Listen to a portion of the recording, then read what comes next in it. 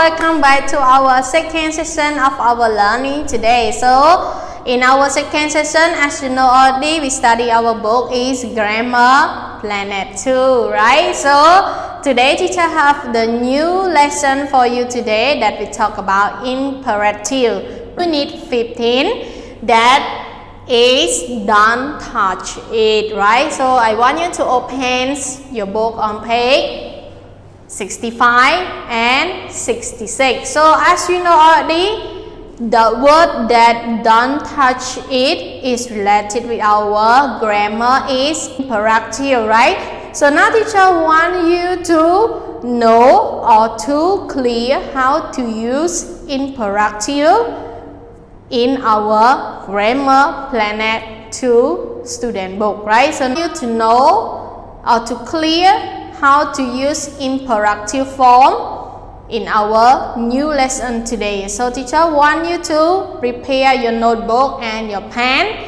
to write down our lesson for today. So here is our lesson that we need to learn for today that we talk about imperative. So now let me explain to you what it means imperative. So imperative is a command and instruction to do something or not to do something.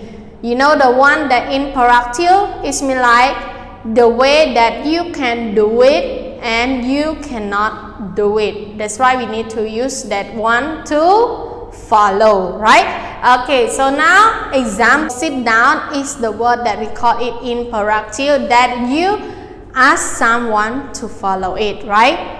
Example, I say it to you, sit down. So you need to sit down, right? Okay, and you can say it, don't sit down. It's mean like you not allow someone to follow it, right? Okay, so now let's move to another one. In affirmative is the same of positive, okay? Imperatives, the best word is at the start of the sentence.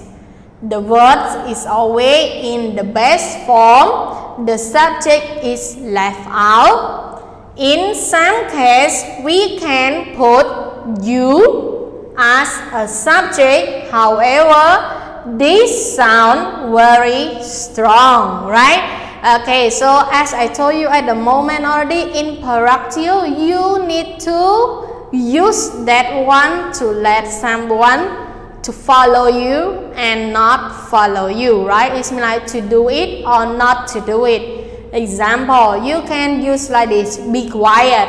Example, classroom. Okay, you go inside the classroom, but suddenly your teacher explained to you, but your friend is talking. So you can say it to your friend that be quiet, right? So that one is imperative. Or you can use like this, one more is you be quiet. It means like you mention to the person that one need to be quiet, right? Okay, that one we call it imperative. You clear? And you, this one is can be subject, right? You is mean like you pointed to someone, right? Okay, like I told you at the moment, your friend is talking, right? So you can say it be quiet. Or you can say it, you be quiet. And you cannot use like this, are quiet. So are quiet is the wrong sentence or the wrong one that don't have in imperative. Okay, so imperative you can use with be quiet. Use chopstick, it means like you ask someone to do it or follow it. Or you can use like don't touch it, don't use it. It means like you not allow someone to do it, right? Okay, so now let's move to another one. So in case of negative imperative, do plus not come before the word. It is common to use an apostrophe. As you know already, what mean apostrophe? So here that I show it to you. Okay, so this one is apostrophe.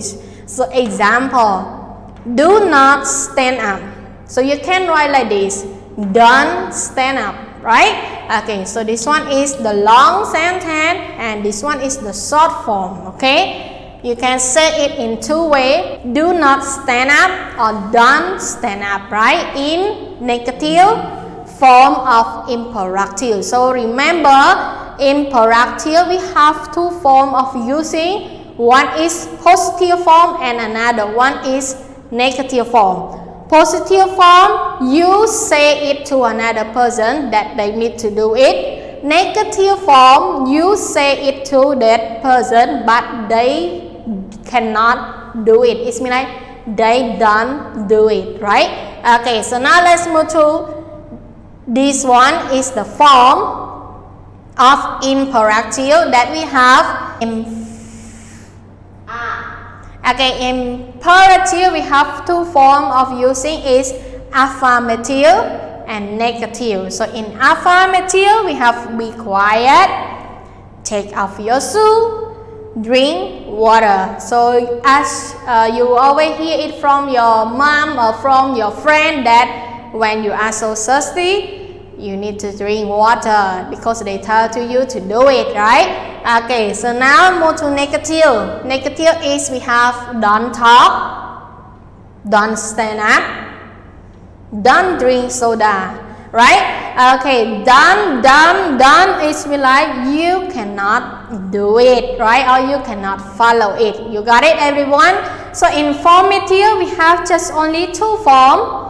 It's positive one and negative one, right? Okay, so now let's move to our page 65. Okay, so here is the form of informative that you understand already, right? So now let's move to exercise B, look and choose. So you need to read this sentence. Number one, use or using your chopstick. Great, so the correct word is use your chopstick. It's mean like you need to do it, right? That you need to use your chopstick. So now let's move to number two. You need to do it by yourself, but don't forget to look at this picture, okay? What are they doing? Before you choose the correct answer of informative word. So now let's move to page 66. Okay, so here is our page 66, that letter C. You need to look and circle. So we have the picture in here. You need to read this sentence and you choose the word which one is informative one, right? Okay, here, listens or listen. Great, so they have already is listen to your teacher, right? Okay, so now let's move to number two. Raising your hand or raise your hand. Great, so the correct word is raise your hand, right? Okay, so I hope that you can do it. Number 3 and number 4. And move to the last exercise is unscramble and write. So you need to unscramble the sentence to the correct one of informative, right? Okay, so don't forget to take your photo and send it to teacher. So as I told you already, informative we use it to comment of the one that you can do it and you cannot do it, right?